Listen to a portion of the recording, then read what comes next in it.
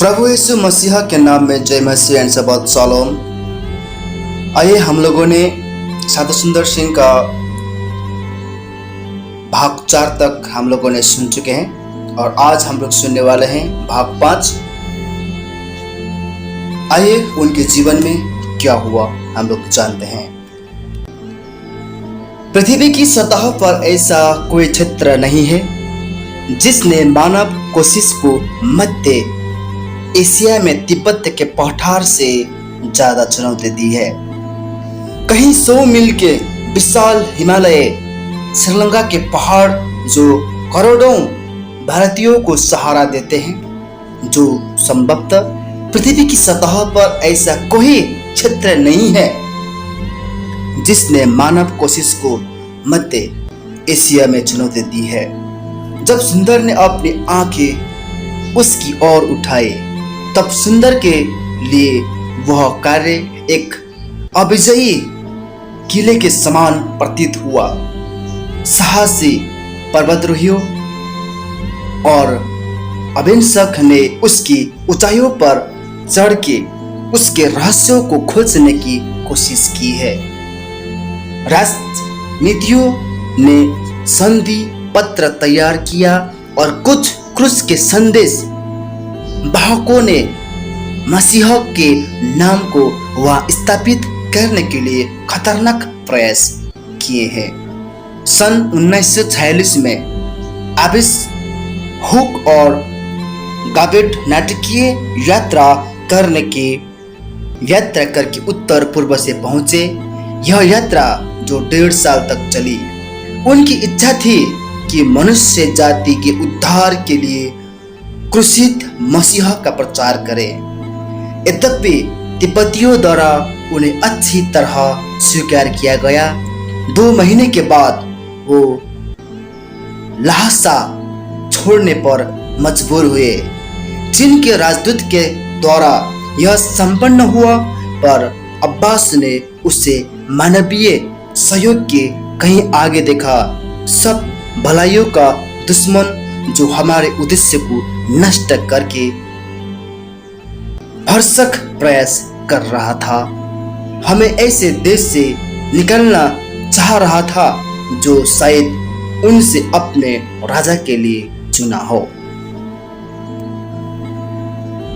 50 वर्ष बाद एक कनाडा के डॉक्टर और उसके डच पति ने कुंभुम की लामा मठ में, जो कि चीन की उत्तर पूर्व में था, के भीतर क्षेत्र की यात्रा के लिए निकले। वह अविश्वसनीय खतरे वाली और दुखद यात्रा थी जिससे डॉक्टर सुसी रिजानहार्ट अकेले ही लौटे और उन्होंने कुछ भी हासिल न किया। यद्यपि उसकी कहानी ने अन्य लोगों को तिब्बतियों के पास जाने की चुनौती और प्रेरणा दी। इसी वक्त चाइना इंग्लैंड मिशनरी के सदस्य और क्रिश्चियन मिशनरी एलायंस के सदस्य चीन तिब्बत सीमा शहर में बसने लगे, पर यद्यपि चीनी और जनजातीय लोगों ने ही केवल उसके संदेश का प्रति उत्तर दिया, पर स्वयं तिब्बतियों तक उनके पहुंचने के सारे प्रयास बार बार विफल हो गए। गांव वाले जो खाना बदोश और ढलाबदार छतों के घरों में रहते थे, जो इस विशाल पठार में इधर उधर फैलते थे, वे घर लामा मठों से घिरे हुए, जहां लामा अपनी प्रार्थना गुनगुनाते और अपना घंटा बजाते थे। इस माहौल में पुरोहिताई फलवंत हो रही थी। लामा मठ धार्मिक जीवन के केंद्र थे, जो कि सारा सहयोग साधारण लोगों से प्राप्त करते थे। जनजातीय लोगों से भिन्न, जिनके देवता मुख्यतः स्थानीय होते थे, तिब्बती लोग सदियों से अपनी पुराने व्यवस्था से एक सूत्र में बंधे थे, जो कि लासा में दलाई लामा पर केंद्रित थे। अपने राजा और अपने ईश्वर के प्रति उनकी निष्ठा से कोई उन्हें फिर नहीं सकता। सुंदर इस बारे में कुछ भी नहीं जानता था। जब उसने हिमालय के विशाल श्रृंखला को देखा जो कि उत्तर राज्य में एक बड़े पहाड़ के रूप में था, सुंदर को इस बात का कोई ज्ञान न था कि ऊंचे नीचे पहाड़ के उस पार कितने लोग रहते थे। वो मात्र इतना जानता था कि बर्फ पिघलती थी और उसमें से कुछ व्यापारी मार्ग से वस्तुओं का आदान प्रदान करते आते थे। वो साहसी बलवान, बड़ी आंखों वाले पर हंसमुख पर बड़े गंदे होते थे और वे अंधविश्वासी थे। इस विश्वास के साथ वे अपनी माला को फेरते हुए वो बार बार पत्नी हम जो मानी पत्नी हम बड़बड़ाते थे कि अगले अवतार में बेहतर जन्म पाने के लिए आवश्यक पुण्य कमा सके। उनमें से कुछ अपने वस्त्र के भीतर प्रार्थना चक्र लिए हुए रहते थे जो कि समय समय पर वो निकालते थे और बार बार उसे घुमाते थे और उसी गति से प्रार्थना करते थे जिस गति से वह चक्र घूमता था, जबकि उनके मन अन्य बातों से भरे हुए थे। उनके गंजे पुरोहित लामा उनके बीच में चला फिरा करते थे जो कि अपने कथई वस्त्र में विशिष्ट दिखते थे, जिन्हें पूजा जाता था और सहयोग दिया जाता था और स्वाभाविक है उसके उनसे कार्य की कोई आशा नहीं की जाती थी। जैसे ही शीत ऋतु आती थी वे बर्फ से जमी अपनी भूमि के रास्ते में लुप्त हो जाते थे। सुंदर की आंखें बार बार उस पहाड़ की ओर उठती थी। अब उसे विश्वास हो गया कि वह समय आ गया है कि जितना बेहतर रीति से उन स्त्रियों और पुरुषों को क्षमा और अनंत जीवन का संदेश सुनाए जो वहां रहते थे। वह 19 वर्ष का था जब वह उसी रास्ते पर जा रहा था जहां यह भारतीय व्यापारी जा रहे थे। हिमालय की निचली पहाड़ी में वह एक छोटे शहर पू पहुंचा। तब उसे पता चला कि 2 यूरोपीय वहां रह रहे थे जो सीमा पर मसीहा मिशन स्थापित करने और तिब्बतियों तक सुसमाचार पहुंचाना चाहते थे। वो एक मोरवियन मिशन के सदस्य थे जो लद्दाख कश्मीर में कुछ 50 वर्ष पहले आए थे। मिशन का मूल उद्देश्य था कि वो तिब्बत पहुंचे, पर वे अपने प्रयास में विफल हो गए और वे सीमा में ही बस गए। पू के मिशनरी तिब्बती भाषा सीख रहे थे। जब सुंदर ने उसे सुसमाचार को तिब्बत ले जाने की अपनी इच्छा प्रकट की, तब उन्होंने उससे प्रोत्साहित किया कि वह उनके साथ कुछ दिन रहे और भाषा की कुछ गुण बातों को सीखे और आने वाली परिस्थितियों के लिए वो अपने आप को तैयार कर ले। जब वह उन्हें छोड़कर पहाड़ों की ओर आगे बढ़ा, तब उनके साथ काम करने वाला एक स्थानीय लड़का मसीहा भी उसके साथ भेजा गया।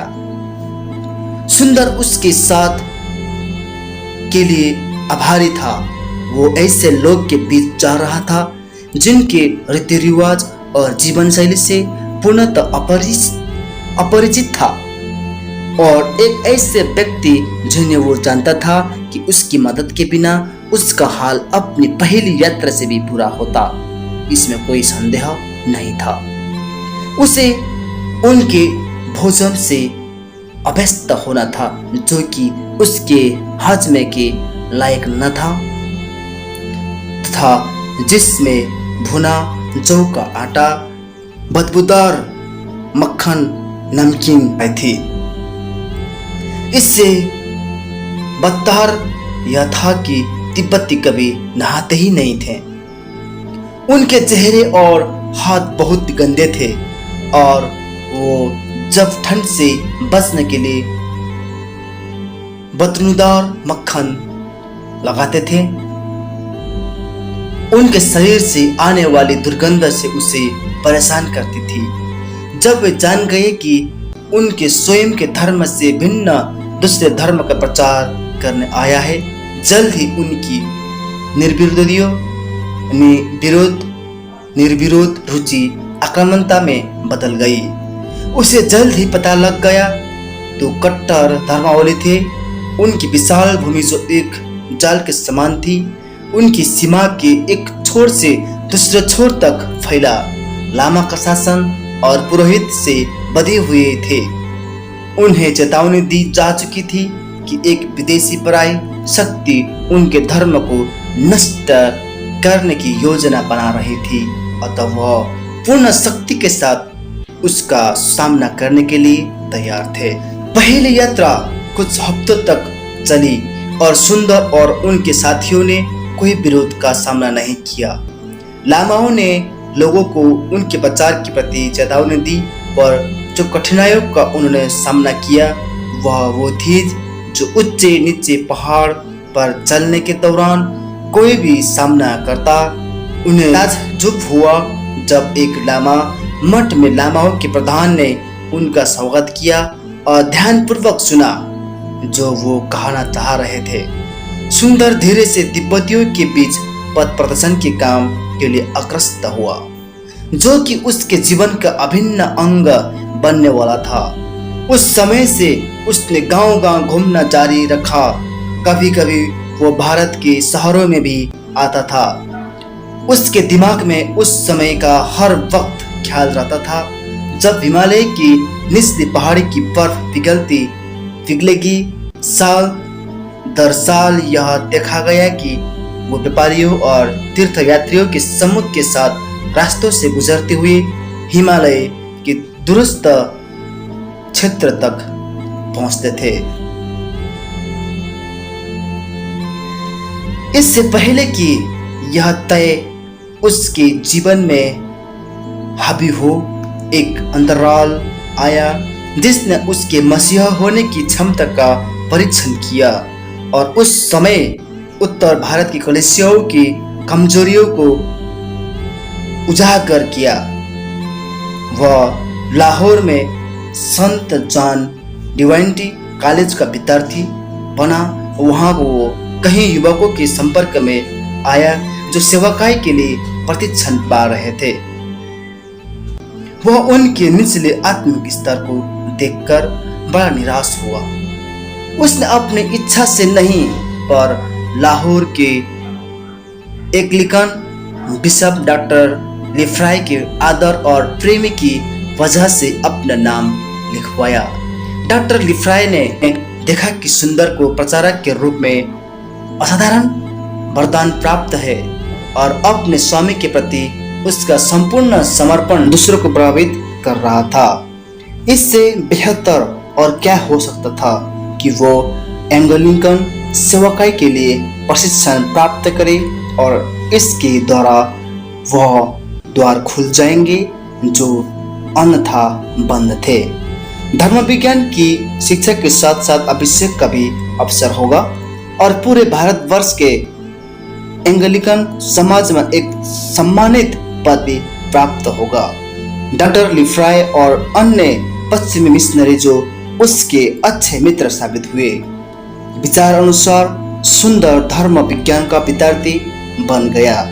सुंदर पहले वर्ष के बाद ली जाने वाली परीक्षा में बैठा और वह पास हो गया और अब भी गेरुआ वस्त्र पहने उनके साथ उसने दूसरे वर्ष की पढ़ाई में प्रवेश किया। शुरुआत से उसके लिए बड़ा कठिन था। वह अपने दिखावे और अपनी असाधारण पृष्ठभूमि के कारण वह विशिष्ट लगता था। उनमें से अधिकांश लोग मसीह समुदाय से थे और जो नहीं थे उन्होंने अपने ही लोगों से दूर होने के अपरिहार्य परिणाम स्वरूप मिशनरियों से मदद स्वीकार नहीं की। उनके बीच एक ऐसा व्यक्ति आ जाना जो साधु जैसे वस्त्र साधारण किए हुए था और ऐसे व्यक्ति के रूप में जाना जाता था जो सनसनी पैदा करता है और कुछ के लिए आलोचना और विरोध का कारण था। उसकी एकांत में जाकर लंबे समय तक प्रार्थना करने की आदत उन्हें चकित और परेशान कर देती थी और इस प्रकार की उत्सुकता स्वाभाविक नहीं लगी।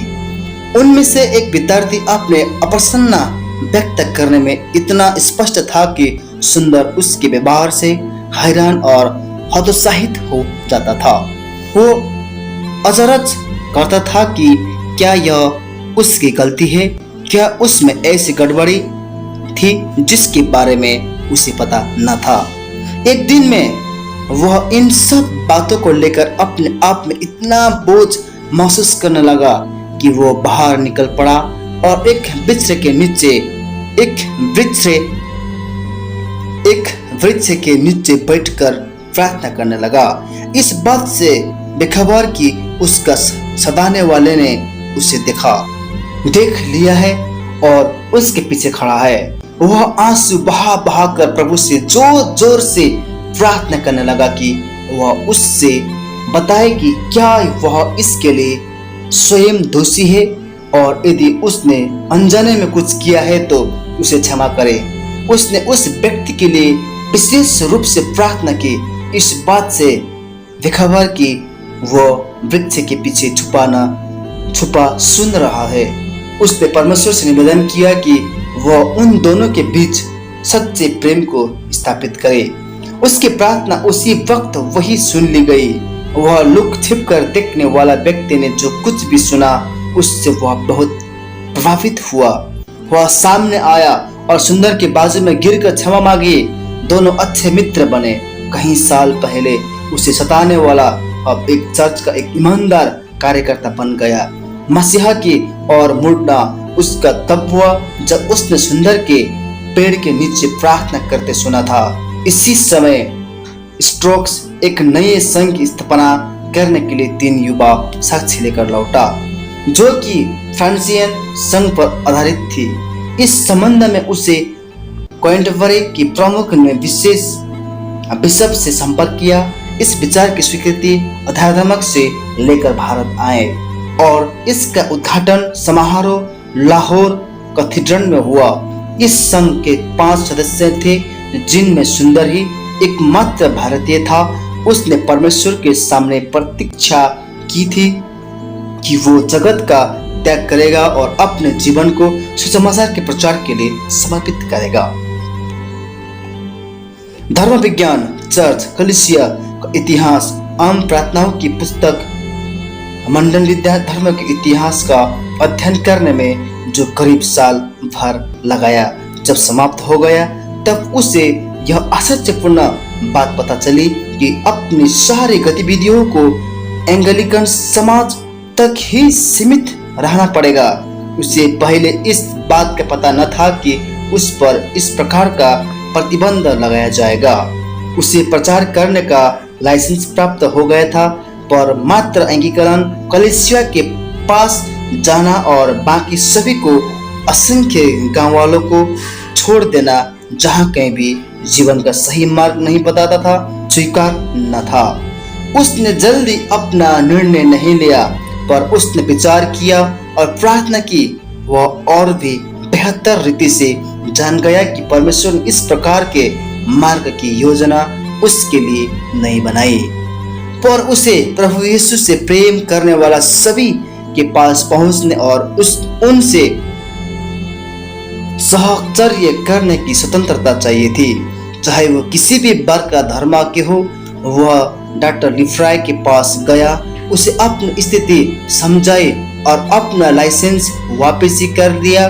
संवेदनशील बिशप ने उसकी स्पष्टीकरण मानते हुए उदारता पूर्वक उसका लाइसेंस स्वीकार किया। सुंदर फिर से साधारण मसीहा साधु के रूप में अपनी राह पर चल पड़ा। अगले 6 या 7 साल तक सुंदर उत्तर भारत के शहरों और गांवों में ही बना रहा। वह हर वर्ष विकलांग लंगड़ों के छुट्टियों के कैंप में सहायता करने के लिए जाया करता था। वह किसी पहाड़ी स्थल या दिल्ली या शिमला के हॉस्टल में कुछ समय के लिए कभी कभी जाया करता था, पर स्वयं अपनी बुलाहट के अनुसार वह लौट जाया करता था। अपने गेरुआ वस्त्र धारण किए कंबल को अपने कंधे पर लटकाए और वह अपने मार्ग पर शांति से चल पड़ा।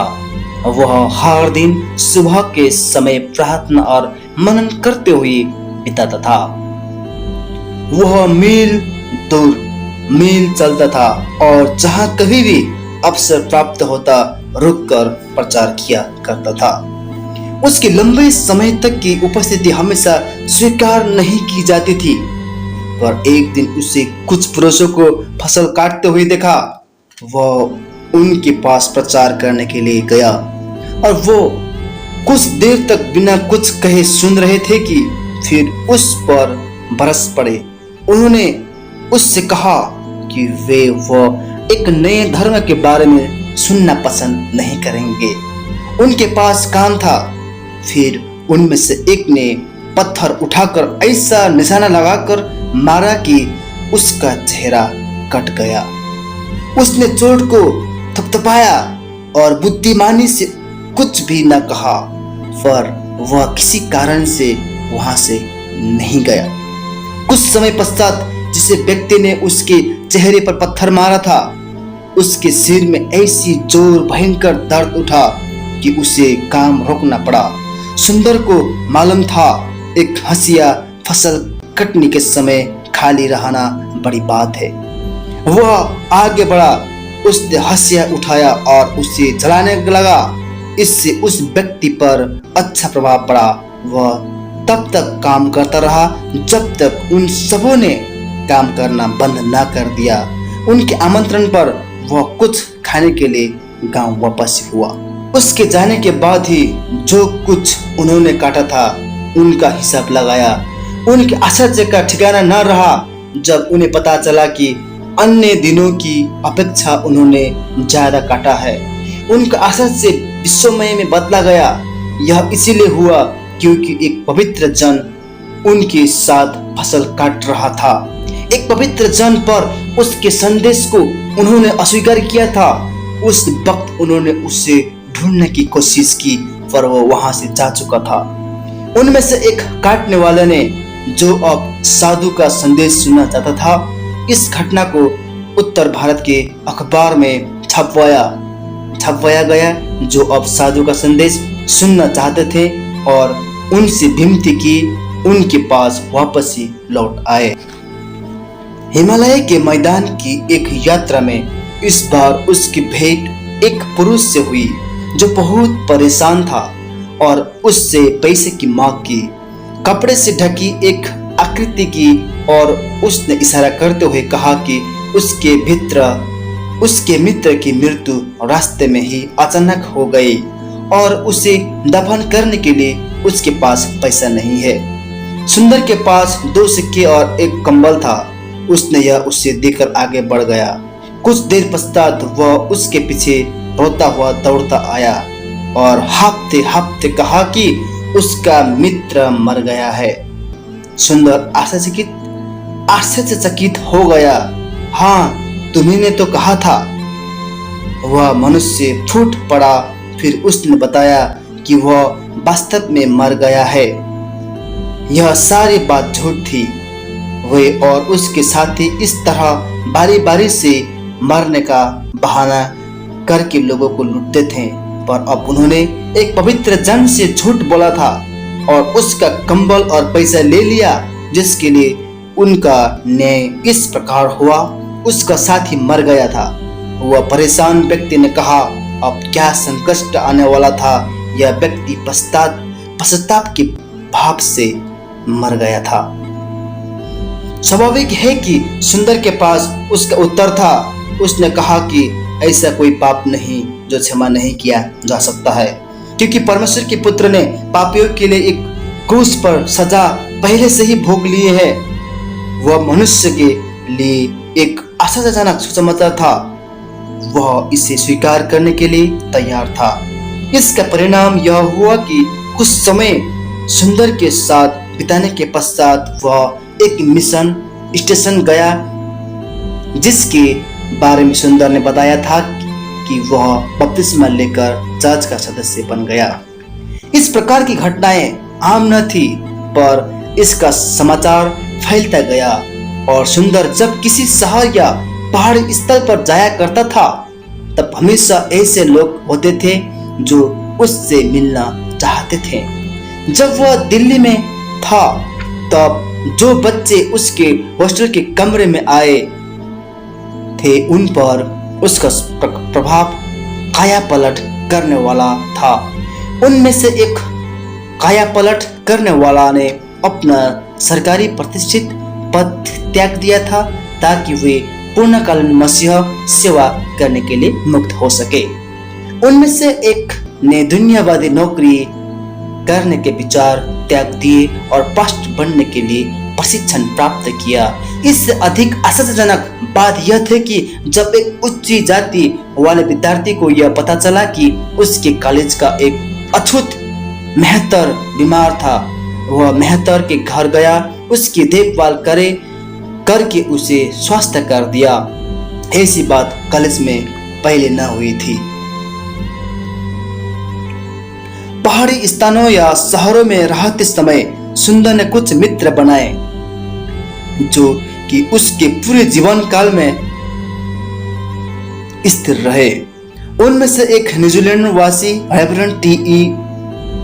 रिडल थे जिससे बाद में सुंदर की जीवनी लिखी थी। एक अन्य रेवरेंड C.F. एंड्रूज जो कि संत स्टीफन कॉलेज दिल्ली के प्रोफेसर थे। सुंदर ने उसकी पहली मुलाकात सन 1907 में हुई थी। तब उसने उसके युवा दिखने और शर्मिलापन को जाना था। जबकि अन्य लोग बात कर रहे हो, सुंदर अपने ही विचारों में खोया हुआ शांत बैठ जाया करता था। जब उससे प्रश्न पूछा जाता था तब उस धुरी शांति के साथ शांति के कारण और भी ज्यादा ध्यानपूर्वक सुना जाता। एडुस यद्यपि वह अंग्रेज था, सुंदर के रहस्यमय स्वभाव से आकर्षित था और अपने देशवासियों से बेहतर समझता था। एक अमेरिकी विक्टोरियन डॉक्टर E.M. वेरी जो सुंदर को युवावस्था से जानता था और उसकी पढ़ाई लिखाई में बहुत गहरी रुचि दिखलाई और उसमें भविष्य पर नजर रखी।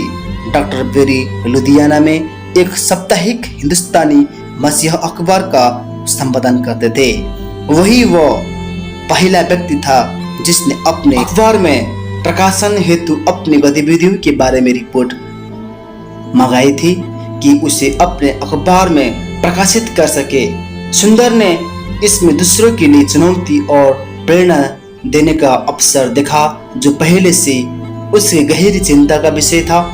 जो हिमालय में तथा उसके आगे रहने वाले को सुसमाचार प्रचारित करना था, वह ऐसा करने से सहमत हो गया। इस रिपोर्ट में जो कि पूर्णतः उसकी यात्रा और जिन लोगों से वो मिला उनके बारे में थी, जिसका वह लोगों को परिचित करने का अपूर्ण नियोजित प्रभाव था, जिन्होंने उसके बारे में कभी नहीं सुना था। वे इस युवा लेखक में रुचि लेने लगे और उससे सुनना और देखना चाहते थे। परमेश्वर उसे ऐसी बृहद सेवकाई के लिए तैयार कर रहा था जिसकी उसने कभी कल्पना स्वयं के लिए नहीं की थी। प्रभु को धन्यवाद हो। आज के लिए इतना और हम लोग अगला पाठ अध्याय 6 लेके आने वाले हैं। तब तक प्रभु सभी को बहुत से आशीषित करें।